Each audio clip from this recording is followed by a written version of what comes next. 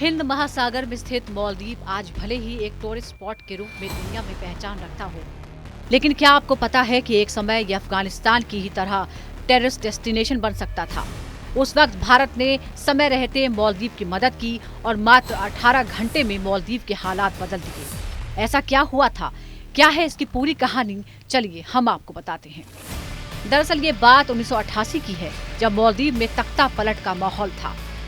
3 नवंबर 1988 को गयूम सरकारी दौरे पर भारत के लिए निकलने ही वाले थे, लेकिन आखिरी मौके पर उनकी यात्रा रद्द हो गई थी। उस वक्त राजीव गांधी भारत के प्रधानमंत्री थे।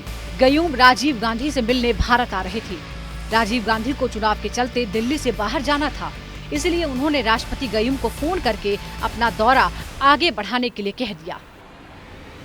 गयूम इस बात से बिल्कुल अनजान थे कि मालदीव पर बड़ा संकट आने वाला है।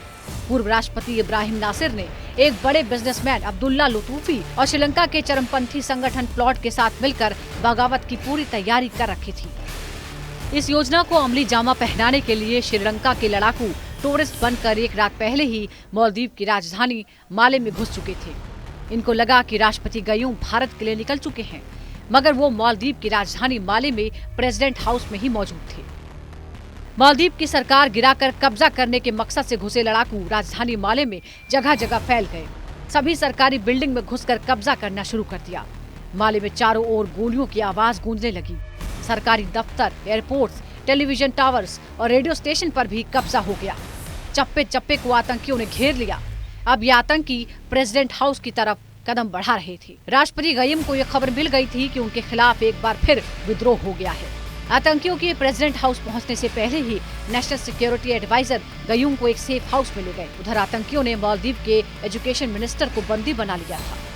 गयूम जल्दी ही समझ गए कि अब हालात काबू से बाहर है। राष्ट्रपति गयूम के आदेश पर मालदीव के विदेश मंत्री इब्राहिम जाकी दूसरे देशों से मदद की गुहार लगाते रहे। America, England, Pakistan, Sri Lanka, Singapore से मदद मांगी, मगर सभी देश हाथ खड़े कर देते हैं।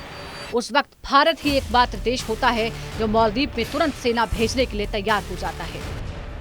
प्रधानमंत्री राजीव गांधी मालदीव को जल्द से जल्द मदद पहुंचाने के लिए दिल्ली में इमरजेंसी मीटिंग बुलाते हैं। Army chief, air force chief, raw chief और सबसे बड़े अधिकारी मीटिंग में शामिल होते हैं। मीटिंग में पहले ये तय हुआ कि 50 पैराशूट ब्रिगेड के सैनिकों को माले में पैराशूट के जरिए उतारा जाएगा।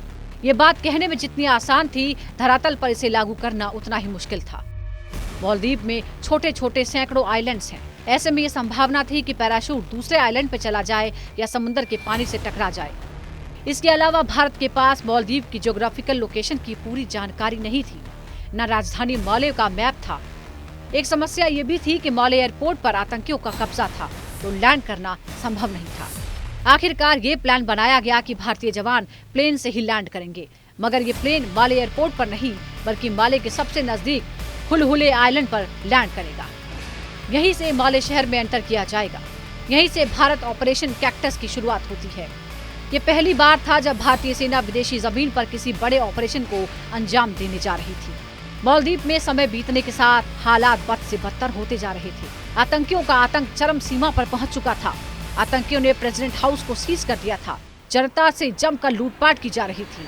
बैंक भी लूटे जा रहे थे। मालदीव के पास सिर्फ भारत से ही मदद की एकमात्र आस थी। उधर कुछ ही घंटों में भारतीय वायुसेना का elevation second 76 aircraft Agra air force base से उड़ान भर चुका था। ब्रिगेडियर फारूक बुलसारा के नेतृत्व में 6ठी battalion of the parachute regiment और 17वीं पैराशूट फील्ड रेजिमेंट 2000 किलोमीटर का सफर तय करके कुछ ही घंटों में हुलहुले आइलैंड पर सुरक्षित लैंड कर गई। ये अंदाजा सही निकला कि हुलहुले आइलैंड पर आतंकियों का कब्जा नहीं था। उस वक्त हुलहुले अंधेरे में घिरा था। IL-76 विमान के लैंड करते ही मिनटों में 150 जवान और कई जीपें बाहर आ गईं। कुछ ही देर में दूसरा भारतीय विमान भी लैंड कर जाता है। जब भारतीय जवान माले पहुंचे तो वहां जबरदस्त गोलीबारी हो रही थी। कुछ ही घंटों में आतंकियों को ढेर करके उनकी तख्ता पलट की साजिश को नाकाम कर दिया गया। भारतीय सेना ने एक ऐसा कमाल कर दिखाया कि एक भी आतंकी भाग नहीं पाया। 18 घंटे के भीतर ही भारत की तीनों सेनाओं ने मिलकर बड़ी जीत हासिल कर ली थी। ऑपरेशन कैक्टस मालदीव पर एक ऐसा कर्ज है जिसे वो भूल नहीं सकता। अगर भारत मदद नहीं करता तो मालदीव आज टूरिस्ट डेस्टिनेशन नहीं, बल्कि अफगानिस्तान की ही तरह टेररिस्ट डेस्टिनेशन होता।